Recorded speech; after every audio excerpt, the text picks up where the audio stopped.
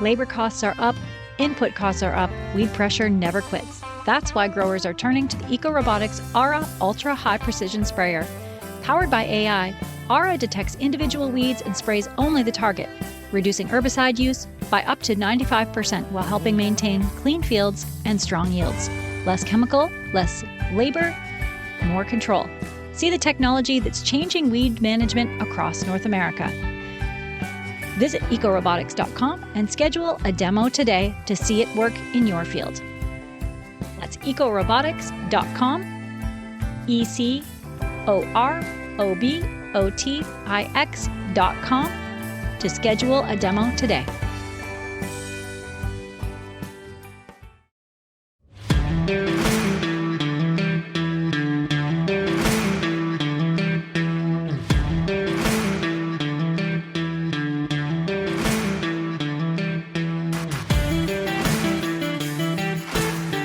Hi, and welcome to North American Ag Spotlight. I'm Chrissy Wozniak. As planting and growing season gets underway across the country, farmers and applicators are making countless decisions that impact not only crop production, but also the environment around them. Modern crop protection tools play an important role in helping growers protect yields from insects and other pests. But with those tools comes a responsibility to ensure that they're used properly. So whether we're talking about treated seed, foliar applications, pollinator protection, water quality, or even communication between growers and neighboring beekeepers, stewardship remains one of the most important topics in agriculture. And the good news is that today, farmers are among the best stewards of the land, and there are resources to help ensure that crop protection products are used safely and effectively while protecting pollinators, wildlife, and natural resources. One of those efforts is the annual BeSure campaign. I think this is the fourth year in a row that the BeSure campaign has been highlighted here on Ag Spotlight, and it brings together agriculture organizations, crop protection companies, applicators, and growers to promote best management practices throughout the planting and the growing season. Today, we're going to discuss what stewardship looks like in practical terms, why it matters, and some simple steps that growers and applicators can take to protect pollinators and their operations. So joining me today is Mike Aerts, Vice President of Science and Regulatory Affairs at the Florida Fruit and Vegetable Association, where he works directly on issues involving pest management, crop production practices, food safety, and regulatory affairs affecting growers throughout Florida and beyond. Well, welcome, Mike. Thank you so much for being here. Well, thank you, Chrissy, and good afternoon, everyone. Awesome. So let's start by, can you give us some of your history and information about what you do? As you mentioned in the introduction, I'm responsible for anything that's scientific or regulatory affairs related with respect to Florida, especially crop agricultural production. That involves different new registrations for pesticides. That means re-registration to pesticide. That means any kind of environmental aspect. That means any kind of worker protection aspect, any kind of water issue or food safety issue. So it just depends on the exact day that we're talking about as to what all is going to take place during the course of that day. Yeah, awesome. That's a lot. And for those who may not be familiar with it, what is the BeSure campaign and what is the overall mission? Well, the BeSure campaign, if you're not familiar with it, it's something you should take the time to familiarize yourself with it. It's really, the BeSure system is really in place to assist as an overall decision support system kind of tool. It's about stewardship and about getting the word out on adopting best management practices to ensure pesticide products are used safely, responsibly, and especially that as that applies to pollinator protection. The BeSure project pretty much describes its mission, that being be sure of what you're doing. And a lot of that has to do with appropriately following pesticide labels and such. And everything starts with the pesticide label. All the information you need to know is somewhere on that pesticide label.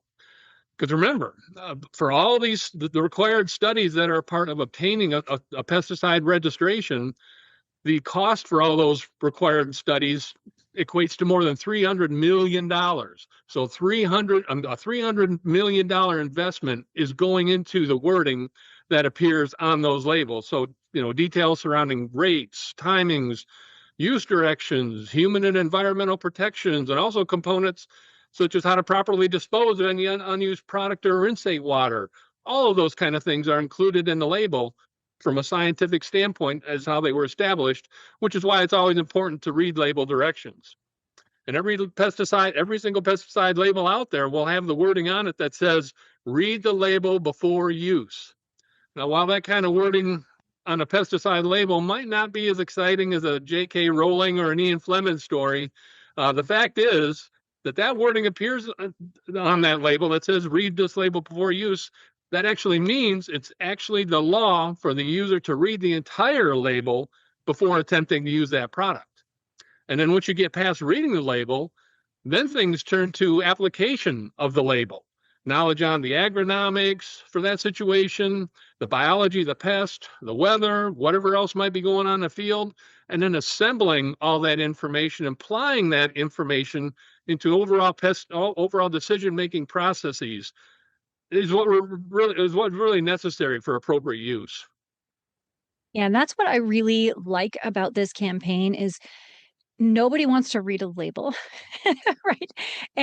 But it is so important, and I think this annual campaign, just to put it at the top of everyone's mind, that this is so important. And like you said, there's a huge investment in that label, and it's it's really the safety of people, animals, your land, everything, and that's why I think it's so important that this campaign goes on every year. Can't be stressed enough. Yeah. So why do other organizations, I know they're every year we have different organizations involved just in this podcast and a lot of different companies. And why did they also agree that this continual support of stewardship campaigns like BeSure are so important? Well, the BeSure campaign is really an industry-wide collaboration between crop protection companies, trade associations, and ag retailers, with the goal of implementing practical stewardship practices that protect pollinators, other wildlife, and the environment. So it's really about stewardship and working together. The BeSure approach just helps with avoiding unintended harm through strategies that include better communicating and planning. Yeah, that's it. And when you talk about stewardship, what does that mean in practical terms for farmers and applicators? The stewardship is kind of an interesting sort of thing. One thing surrounding the whole BeSure campaign is important because it helps promote responsible agricultural management approaches, ensuring the implementation of overall sustainable farming practices that help protect the environment and enhance food security. This campaign also helps farmers learn about and adopt practices that can lead to healthier ecosystems and improve agricultural productivity. Yeah, that's it. And pollinators are often a big part of this conversation. Can you explain the important role pollinators play in agriculture and food production for those that are not familiar, that might work in agribusiness or in other sectors? Sure. Well, roughly 1/3 of everything we eat is the direct result of effective pollination done by bees and other pollinators. And pollinators are also responsible for pollinating more than 75% of the world's flowering plants, which promotes biodiversity, helps to maintain ecosystem health, resiliency, and economic stability, which is always important. Yeah, for sure. And I'm lucky today to be interviewing another Floridian. I'm also here. I'm outside of Fort Myers. And I know here in Florida, we have a lot of specialty crops that are grown rather than traditional row crops, like a lot of the audience. So what does pollinator stewardship look, and how does it look different in fruit and vegetable production? Yeah, the whole role of pollinators in this whole specialty crop equation is kind of important. So Yes. no pollination means we would have to do without a good number of different specialty crops. Crops such as blueberries, strawberries, watermelons, cantaloupe, cucurbits, all of those types of commodities would not be available without efficient pollinator that's done by honeybees and other similar pollinators. But pollinator stewardship comes into play on all specialty crops that do not require bees for pollination, such as citrus. Citrus is a wind pollinated product, but it's still important from the bee aspect because of the orange blossom honey business.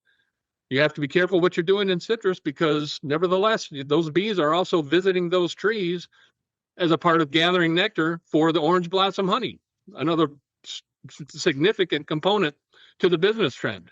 Yeah, that's right. Today's environment, there's a lot of misinformation, which I know is a trendy word, but there is a lot of misinformation, and politics kind of drives the narrative. So, what are the most common misconceptions that you hear about crop protection products and pollinator health? Yeah, pesticides are always looked at as the big bad guy relating to things Exactly. like colony collapse disorder.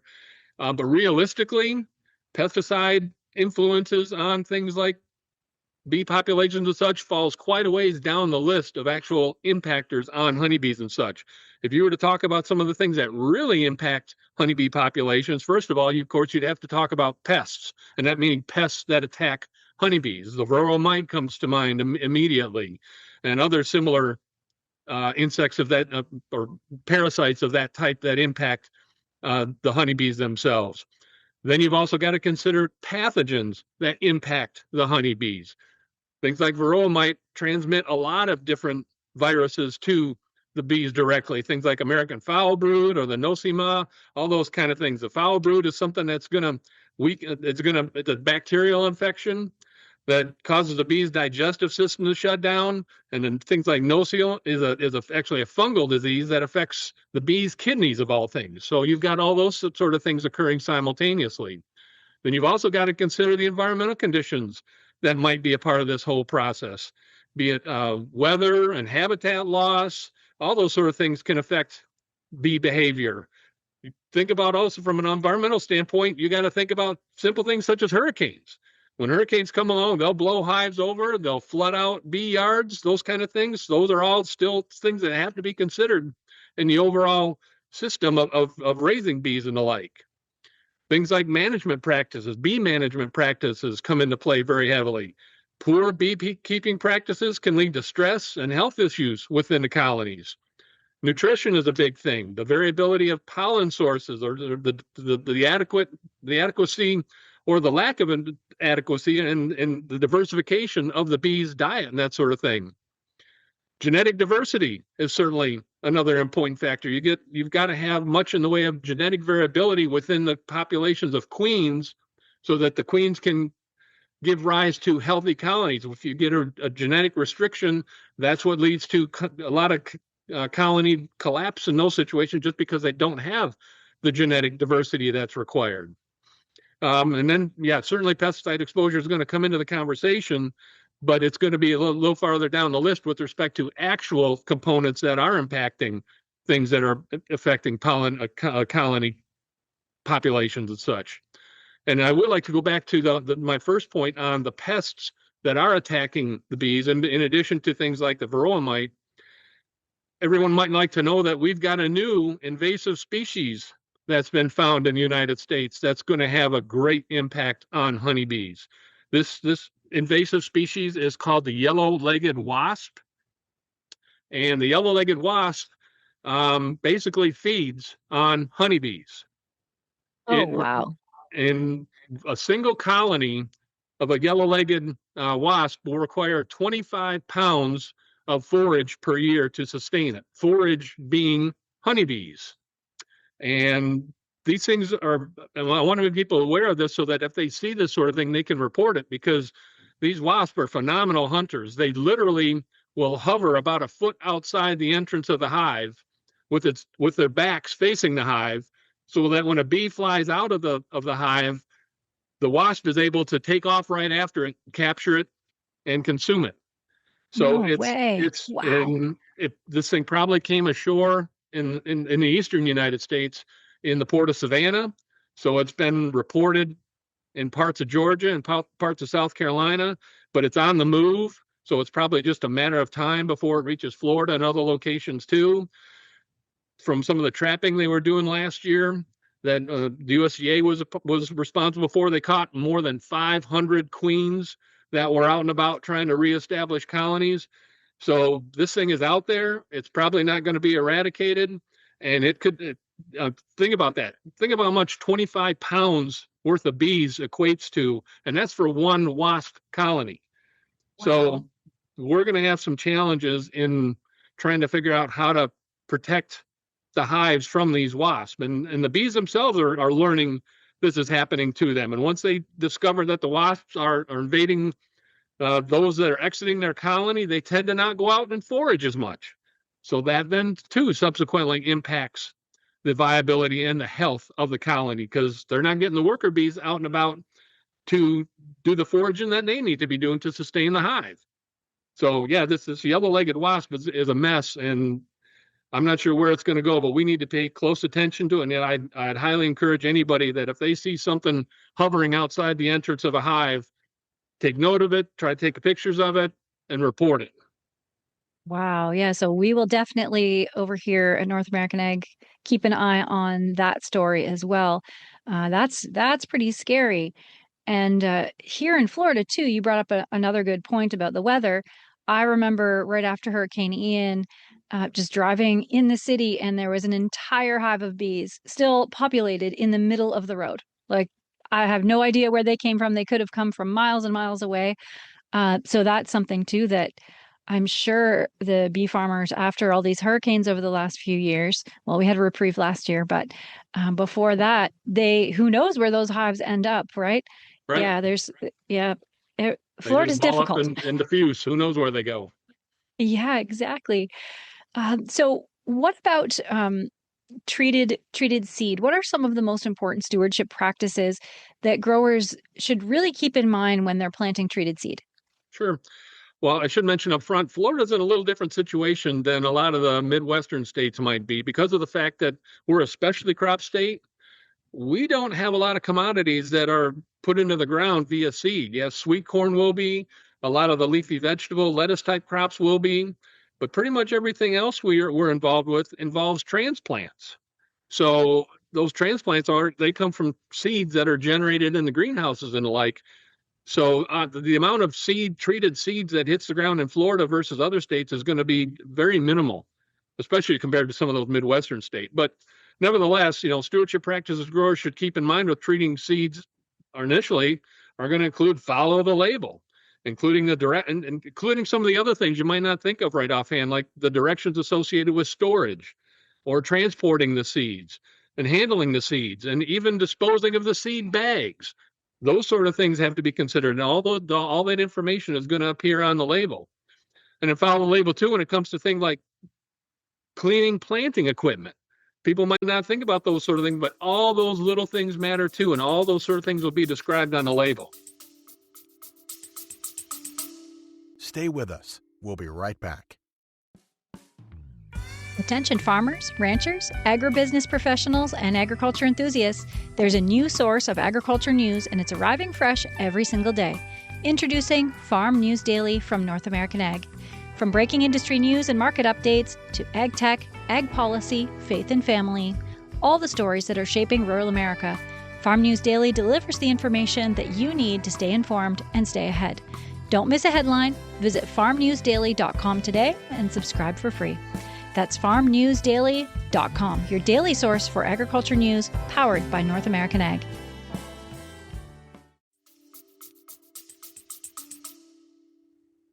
Yeah, that's good. And then what about for foliar applications? What are some of those best management practices? Well, most labels, if the product has any kind of real impact on pollinators, there'll be what's called a bee box included on the label. And these bee boxes are very conspicuous, and you can tell right away it's a product that is going to have some sort of application restrictions associated with it. But most of the restrictions are going to be along the lines of applying the product after dark or after the bees have stopped foraging. Another stewardship practice is apply the product if it's below 55 degrees. So those sort of things might not come into play into Florida very often, but those are the types of different stewardship things that are on the label. But this carries over then too into even things. We're in Florida. We have mosquito control. Mosquito control personnel need to take into consideration what they're doing from a mosquito control standpoint as it relates to stewardship involving honeybees and other pollinators. So yeah, there's quite an array of different things that have already been documented and established. And yeah, all I can really suggest to do is follow what's on the label. Yeah, and it's and going to then, come into place and going to come into play further with Florida specialty crops, because within those bee boxes, if you're making applications at night, you have to consider restricted entry intervals. If you finish your spray application at 5 a.m. and the REI is 12 hours, that means you can't have workers in the field until 5 p.m. the next day. So those sort of things have to be considered as well. And if you're talking about a lot of Florida crops that are indeterminate producers, meaning we harvest them consistently and continuously over the course of the season, well, now pre-harvest intervals will come into play. You're going to have to be careful that if you have to harvest, oftentimes you're harvesting strawberries on a 2 or 3 day basis, you better make sure that the product you use is something that only has like a 12-hour restricted entry interval or pre-harvest interval, so you can get back into the field in an efficient time to be able to harvest the berries or whatever when you absolutely need to.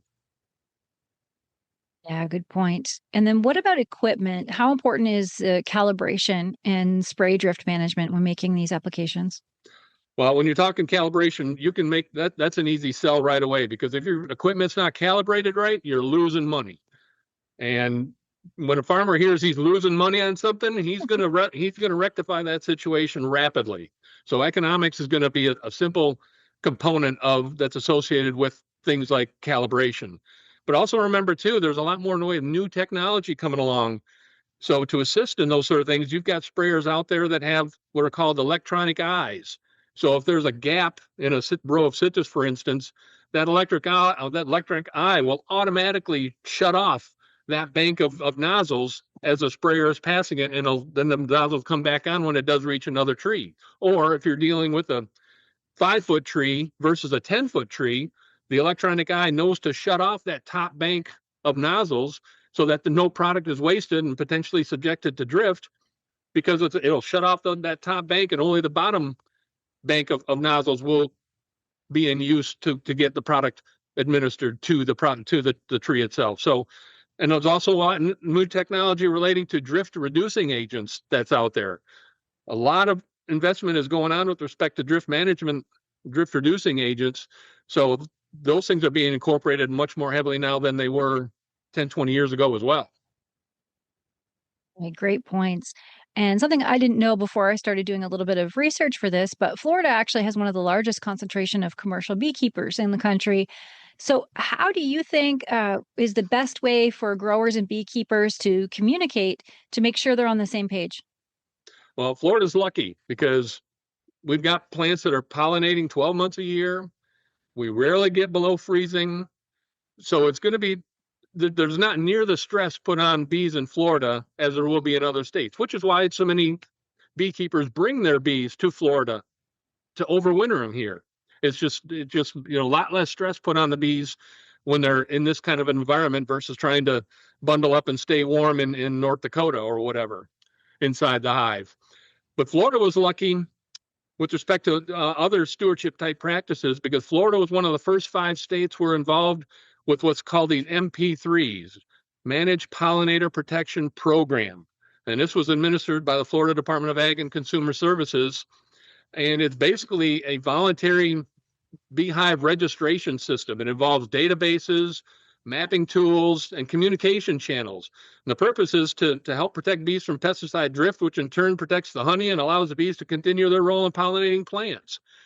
These MP3s are not regulatory programs. Participation is voluntary and it's really based upon open communication and desire to look after pollinators, the environment, and each other. So what will happen is, under these MP3s, if the beekeepers will put on a map where their hives are located, then the farmer can check these maps and see if it's anywhere near any of his land. Then if he's planning to do some sort of an application in the near future, he can there's information on the MP3 map, so he can contact the beekeeper and advise him that, hey, a spray might occur in 48 hours or 72 hours or whatever. And so the beekeeper will know that he might have to move his hives or something temporarily. So it's really just a grand way to do additional communication between the growers and the beekeepers. And like I said, we were just lucky that we were one of the first 5 states to get these MP3s in place, and its use has only exponentially increased since we put this into place 5, 6, 7 years ago. Yeah, that's a great tool, and hopefully that can expand throughout the other states as well. That sounds great, and I love that it's voluntary and helpful to the grower as well. That's awesome. Yeah, other states And are picking it up too. that's fantastic. Now, I often hear the phrase "the label is the law," and it just sounds, oh, that's boring, but it it's true, and it comes with consequences, right? No, very much so. That's kind of what we were talking about earlier. Yeah. These companies invest more than $300 million into the wording that appears on those labels. So yeah, it's a serious matter that you follow what appears on those labels, because all of those studies define the type of wording that must appear on the label. So it's all science backed. It's not just a random type of wording that somebody were to put on paper. This is all scientifically justified. Right. Yeah, absolutely. And as you look at agriculture today, what gives you confidence that growers and applicators are actually continuing to improve their stewardship practices? Well, I think a lot of it will come down to the fact that, food security is national security. And to ensure national security, pesticide products must consistently be used in accordance with the label directions. And I only see that understanding and that comprehension is only gaining more traction between the grower community, between the beekeeper community, between the registrant community, the ag distributor companies. Everybody's having a greater and greater appreciation for the systems approach that this really entails. Yeah, that's great. And if there's one message that you would like every grower to remember this season, what would it be? Well, maybe just like we were just talking about, food security is national security, and Yeah. we've got to make sure we do things right in order to produce the food that's going to be necessary to feed the U.S. population. Yeah, absolutely. So where can the listeners go to learn more about the BeSure campaign? Well, everybody, if you're not familiar with BeSure, you need to familiarize yourself with it rapidly. And yeah, just check out the website, growingmatters.org/BeSure. Very simple to remember and check out. And there's a lot of good information in there. And it'll also direct you to other resources that you can potentially look into as well. Oh, that's awesome. Thank you so much. And I've got one last question for you. Why do you personally serve the ag industry? What's your mission? Why did God put you on this earth? I grew up in agriculture. I was picking apples and picking cherries when I was 7 years old, probably, and it's just always been in the blood. It's just, once you get that agriculture bug in you, it's just something that's tough to let go. And the people associated with this industry are second to none. I mean, you could ask anybody for anything, and as soon as they gave it to you, they'd say, "What else could I potentially help you with?" And when you're around those kind of people, not only are you walking side by side, you also know they've got your back. And it's just that type of environment is just tough to say no to. I couldn't agree with you more. That is awesome. Well, Mike, thank you so much for joining me today and sharing your insights on the Be Sure campaign. And thanks to all who are watching or listening. If you want to learn more, then the links are provided in the show notes. Don't forget to subscribe to North American Ag Spotlight on Spotify, Apple, Amazon Listen Notes, or anywhere that you get your podcasts. And if you like this episode, I would love it if you shared it.